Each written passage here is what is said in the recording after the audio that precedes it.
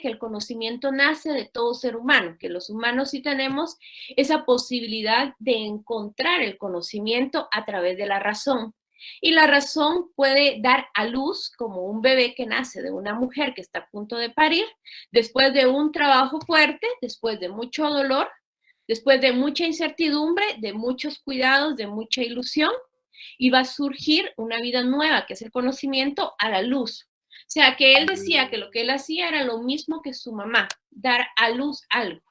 Y prácticamente igual que su papá, sacar de una piedra en bruto algo estéticamente que se pudiese apreciar y que nos contara el resultado de un trabajo analítico y de experiencia.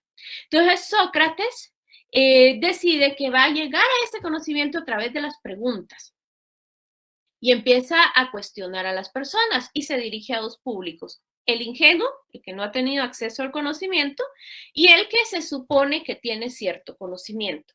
Pero la pregunta sustancial de Sócrates va a surgir uno de los puntos de discusión que hasta el día de hoy ha dado vueltas en la filosofía. Y es que se pregunta qué es el bien y qué es el mal, porque hasta ese momento nadie se lo había preguntado. Entre las conquistas y las guerras y los éxodos y todas estas situaciones que se estaban dando alrededor del mundo, o alrededor de este mundo, lo único que se habían cuestionado era como el conocimiento en general, ¿verdad? O sea, de dónde viene esto, de dónde viene aquello, pero de pronto Sócrates dice, bueno, ¿y quién tiene la razón y quién no? ¿Quién está bien y quién está mal? Y esa pregunta de qué está bien y qué está mal es el eje central de cualquier pregunta irónica que él le pueda hacer a las personas. Y entonces llega a las personas que no saben nada, eso quiere decir que se acerca al ciudadano común, a la cotidianidad, se va a los parques, se acerca a la juventud y les pregunta cosas. Y ese era su método. Ese es el método mayéutico. Estar preguntando, ¿y tú qué piensas de esto? ¿Y cómo ves esto? ¿Cómo lo analizas de esta manera? Entonces él empieza a arrojar una serie de respuestas de las personas, pero se basa en estar cuestionando y cuestionando. De la misma manera, se dirigía a las personas conocedoras, pero con ellas aplica el método de la pregunta irónica y que también fue conocido en su momento como la heliántica, que es plantear de forma irónica a personas que se supone que son doctas en la materia y ponen en evidencia ante ellos mismos su nivel de ignorancia. Porque hasta ese momento la gente respondía lo que se daba por hecho. Grecia y Roma simplemente practicaba, realizaba y repetía, ya sea actitudes o conocimientos que se dieran por hecho que eso era. Y ese por hecho incluía esa afinidad a que creer que la naturaleza era la que estaba perfecta, ¿ya? Entonces, la naturaleza y el universo es perfecto. Entonces, nosotros ya no tenemos nada que aprender, solamente imitar el universo. Y de ahí vienen que las grandes obras de arte de principios de la época griega y de la época griega sean esa búsqueda del equilibrio perfecto, que sean esa búsqueda mimética de simplemente reflejar lo que la naturaleza misma es, sin intervenir con el pensamiento o la creación del ser humano. El artista iba a ser aquella persona que tenía la destreza y la capacidad de reproducir lo que observaba. Entonces, el buen artista y el buen arte va a ser aquel que refleja la naturaleza. Pero ante este movimiento de ¿qué creo yo que es? Me empiezo a cuestionar hacia dónde va. Acusan de corromper a la sociedad, de corromper a la juventud, porque la juventud empieza a cuestionarse el orden establecido. Exacto. Entonces, él está corrompiendo a la sociedad porque está cuestionando su religión, su sistema de justicia, sus creencias, su forma de vida. Que hasta ese momento no podemos negar que en el arte se refleja. Nosotros analizamos la historia del arte, podemos ver que cada época nos regala o nos obsequia hasta dónde puede llegar el arte depende del camino que agarre.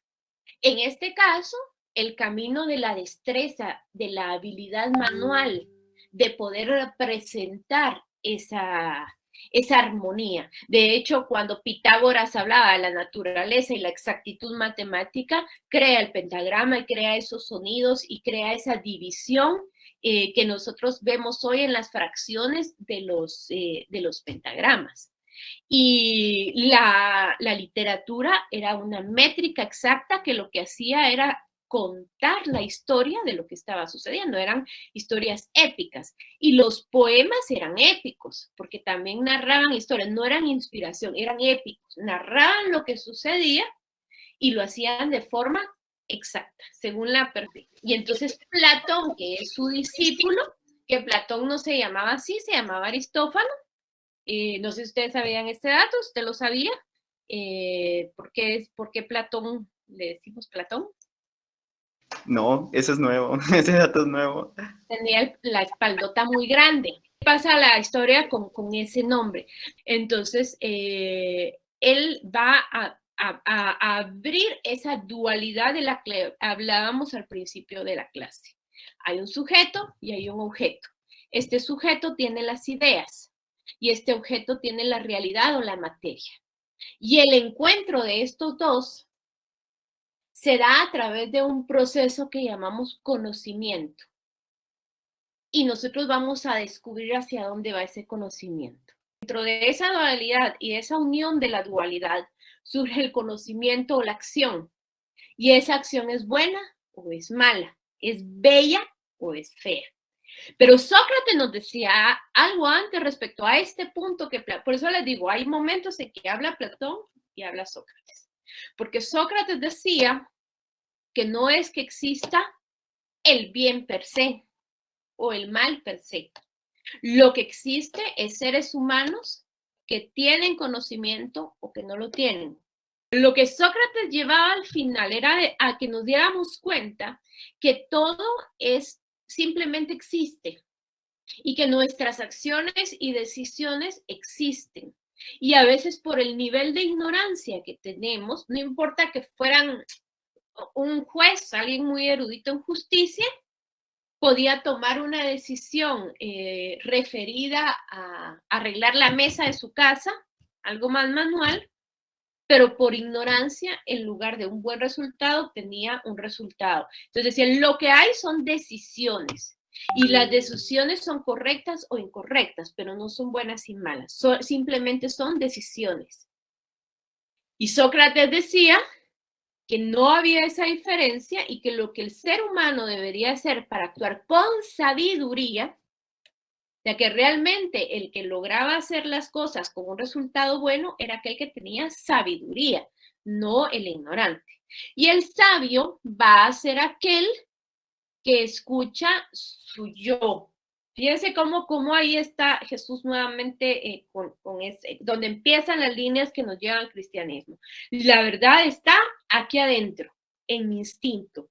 Yo cierro mis ojos, me concentro, me reflexiono, el mecanismo que usted desea, pero yo escucho mi voz interior. Y a esa voz interior le decía Sócrates Daemon.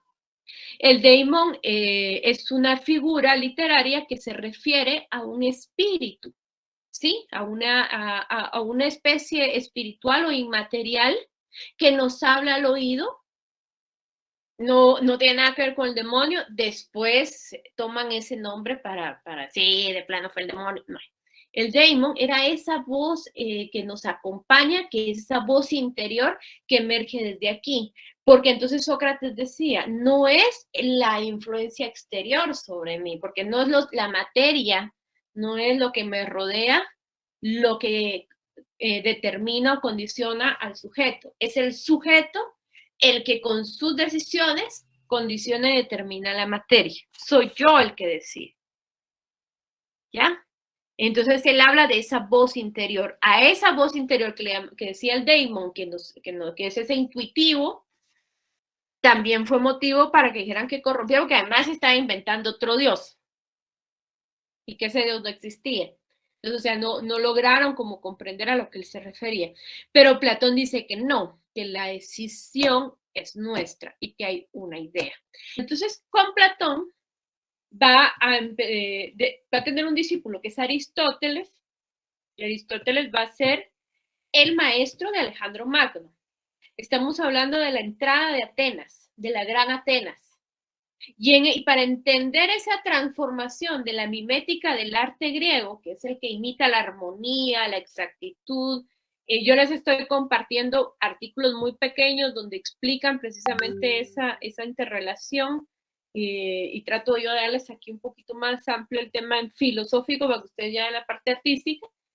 Entonces ya ellos empiezan a analizar con Aristóteles, que Aristóteles es un tipo, miren, Aristóteles, por ejemplo, fue el que ordenó el tiempo. Dijo, puchica, hay un tiempo que llueve, hay un tiempo que hay sol, y se da cada tantas lunas, y se da tantos días, y a nosotros hasta el día de hoy celebramos la Navidad según las fechas que él nos dio.